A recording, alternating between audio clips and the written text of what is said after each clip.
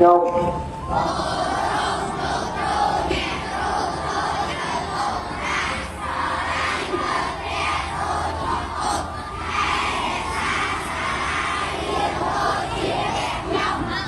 ដំណាភាពទាំង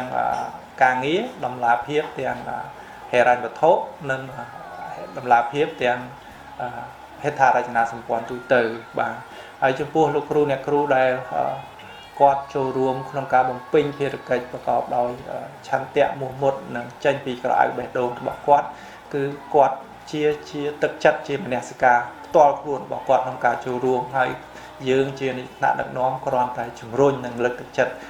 បន្ថែមពីក្រោយគាត់ទេប៉ុន្តែអ្វីដែលយើងធ្វើមកដល់ឲ្យមានប្រសិទ្ធភាពនោះគឺយើងបានរៀបចំនៅបំណែងចែកតួនាទីភារកិច្ចជូនពួកគាត់យ៉ាងច្បាស់ហើយ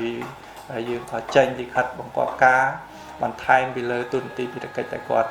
អនុវត្តហ្នឹងដើម្បីឲ្យគាត់មានភាពរឹងបានក្នុងការអនុវត្តតួនាទីភារកិច្ចរបស់គាត់ហើយក៏យើងមានការប្រជុំក្រុមតូចក្រុមធំទៅតាមភាពចាំបាច់ធ្វើយ៉ាងណាជំរុញការសកម្មភាពបង្រៀននិងរៀននិងសកម្មភាពនៃការដឹកនាំទូទៅនៅក្នុងសាលារៀនរបស់យើងឲ្យបានដំណើរការរលូនផែនការទៅមុខរបស់យើងគឺធ្វើយ៉ាងណាផលិតធនធានមនុស្សដែលមានលក្ខណៈពេញលេញជូនសហគមន៍ជូន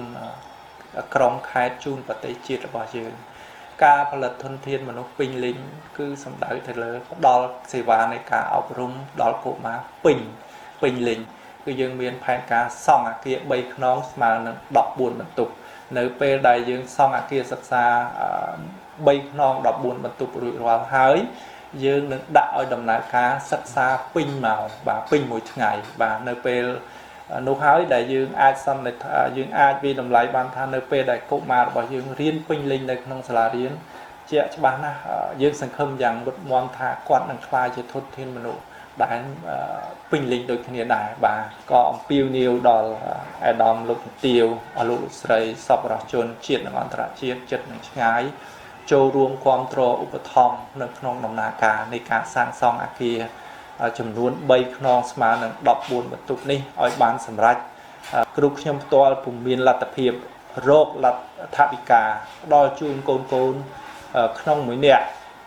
2ទៅ30000ដុល្លារក្នុងមួយឆ្នាំដើម្បីទៅរៀននៅសាលាល្អបានទេប៉ុន្តែពួកខ្ញុំនឹងប្រឹងប្រែងគ្រប់ឧបសគ្គ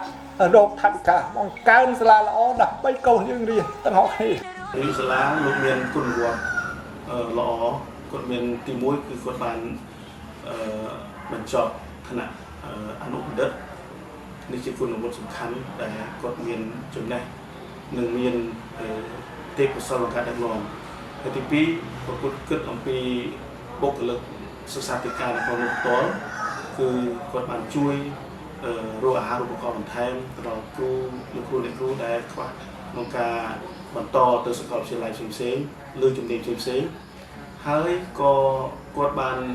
ធ្វើការយ៉ាងជិតស្និទ្ធជាមួយនឹងអាជ្ញាធរមូលដ្ឋានយើងនេះរួមទាំងគៀងគោខិតខំគៀងគោជាមួយនឹងសប្បុរសជននានាដើម្បីរកធនធានដើម្បីអភិវឌ្ឍសាលានោះ